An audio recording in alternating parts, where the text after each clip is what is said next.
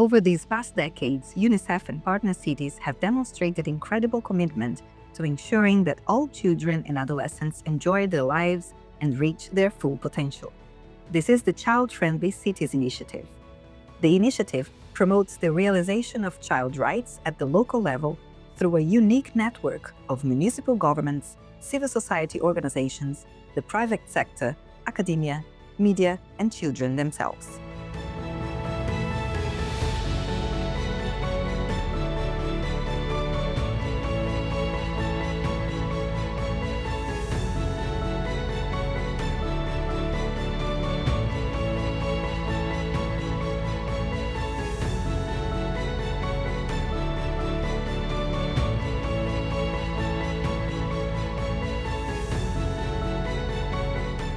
Now that we have understood how the Child-Friendly Cities Initiative works and its range, let's see in practice how a city becomes child-friendly with the case of Brazil. In 1988, Brazil passed a new federal constitution. The document included many of the principles from the Convention on the Rights of the Child, which was still being drafted and would be finalized the following year, paving the way for its future institutionalization as a Brazilian law. This milestone made it possible to create the ECA, the Statute of the Child and Adolescent, the most advanced legal framework ever established in a country to guarantee the rights of girls and boys. But Brazil is a country of continental dimensions, and progress did not happen equally everywhere. In the Northeast region, a welfare view of childhood still prevailed. Infant mortality rates were alarming, and malnutrition reached critical levels. It was common for families to lose children under the age of 10. Many girls and boys grew up without learning to read, and violence rates against children and adolescents continued to grow. It was in this context that in 1999, UNICEF planted a bold seed, the UNICEF Municipal Seal of Approval. In 2005, the initiative expanded to 8 more states, and it hasn't stopped growing since. In 2009, it reached the Brazilian Amazon region, and in 2025, the initiative mobilized 2,270 municipalities across 18 Brazilian states, all of which joined voluntarily. They were committed to maintaining dedicated local teams to learn from UNICEF how to improve public policies and local programs for girls and boys who needed them most. Among those are indigenous and quilombola populations, precisely the groups that public policies have failed to reach over the past 30 years. That is why promoting ethnic racial equity is at the heart of this current edition of the UNICEF Seal. With 26 years of implementation, the UNICEF Seal is our most significant and comprehensive initiative to guarantee the rights of children and adolescents in Brazil. The implementation of the Seal strides over a 4-year cycle to coincide with the mandate of a mayor. The methodology is co-created with the federal, state and municipal levels and aims at strategically aligning priorities with proposed activities to address the key challenges affecting children across the country. In the previous edition of the Seal, 2021-24, 2023 municipalities enrolled, of which 934 were awarded with a UNICEF Seal for their significant impact results on the lives of 8 million children and adolescents. For instance, immunization rates decreased, school dropout fell, formal job opportunities were created for adolescents and youth, and the municipalities certified presented better results than national average. Every edition of the UNICEF Seal starts with a formal enrollment by a signature with the municipality. For the current 25-28 edition, 2,266 municipalities have enrolled, representing 40% of Brazilian municipalities. During this new cycle, the municipalities will receive technical support to implement the proposed methodology to implement 6 multi-sectoral results, which we call systemic results. These results aim to strengthen public policies for children and adolescents from federal, state and municipal level through an ethnic, racial and equity approach. Each result is related to one or more national impact indicators, and the municipalities that reach the targets and improve the lives of boys and girls will be certified with the 2028 UNICEF Seal. Therefore, UNICEF Seal works towards sustainable public policies that reduce multidimensional poverty and guarantee and promote all rights for every child and every adolescent.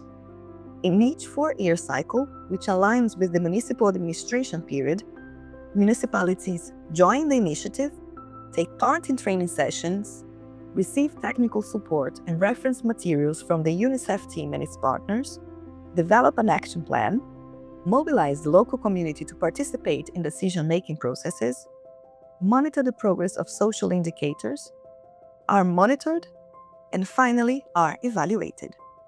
In this edition, the initiative is structured around 6 priority areas known as systemic results.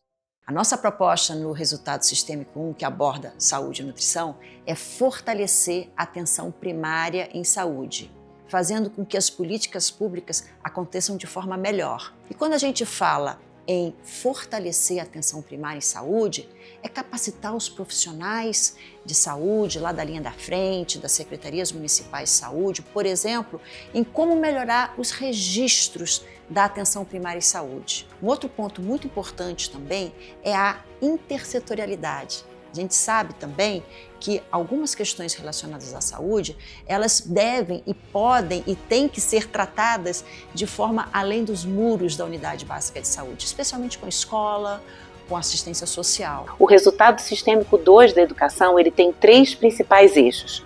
Um eixo que é focado na questão do acesso, então voltaremos a trabalhar com vocês com a busca ativa escolar para garantir que todas as crianças e adolescentes estejam na escola. O segundo eixo desse resultado sistêmico, ele tem foco na qualidade da educação. Por fim, a gente tem um último eixo, agora no resultado sistêmico 2 da educação, que é o eixo voltado para como é que a gente oferece nos nossos municípios e territórios oportunidades de formação, de aprendizagem, de estágio e de emprego para adolescentes e jovens, fazendo essa transição positiva da educação para o mundo do trabalho. Neste resultado sistêmico, nós vamos apoiar os municípios tecnicamente com a implementação da Lei da Escuta Protegida, que visa prevenir a revitimização de crianças e adolescentes que vivenciaram algum tipo de violência.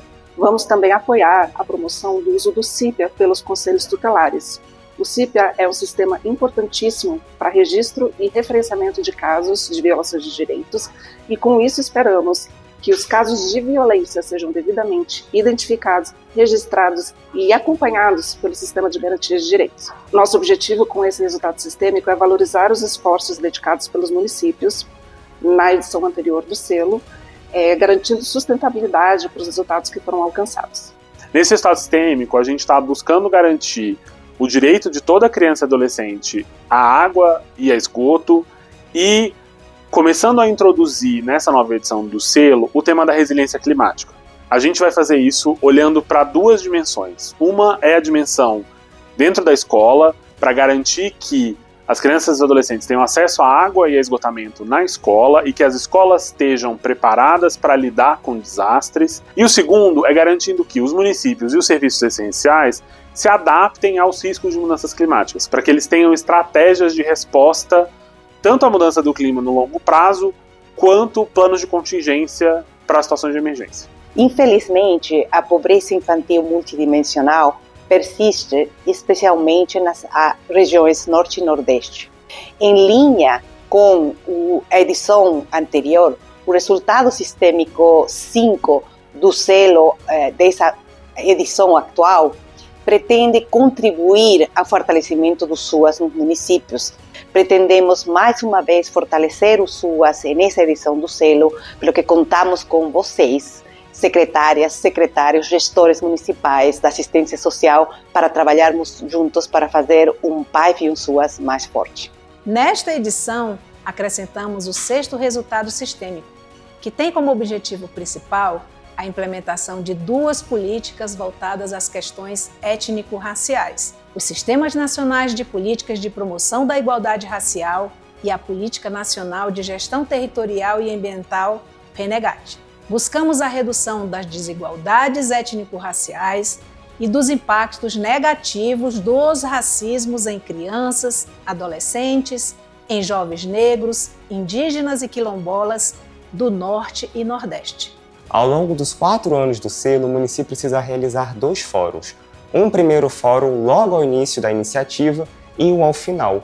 Fórum comunitário é aquela grande reunião que a gente vai reunir toda a sociedade. E é nessa grande reunião que cada pessoa vai discutir quais são os principais desafios na vida de crianças e adolescentes do município, como que os indicadores sociais estão. A gente também vai trabalhar com o nosso famoso NUCA. Com o NUCA, a gente pede que cada município forme, o seu núcleo de cidadania com pelo menos 8 meninos e 8 meninas, para que os adolescentes possam eles mesmos desenvolver uma série de ações sobre os seus principais desafios. E a gente deve lembrar sempre que o direito de cada criança e cada adolescente deve ser garantido por todas as pessoas. É uma responsabilidade de toda a sociedade. It may sound like a lot, but building a city that enables the full and holistic development of children and adolescents is indeed a collective responsibility. And along this journey, the initiative also directly contributes to achieving 11 of the 17 United Nations Sustainable Development Goals by 2013. UNICEF and its partners follow every step, but it is the municipality's responsibility to ensure a coordinated and democratic effort to guarantee the rights of children and adolescents.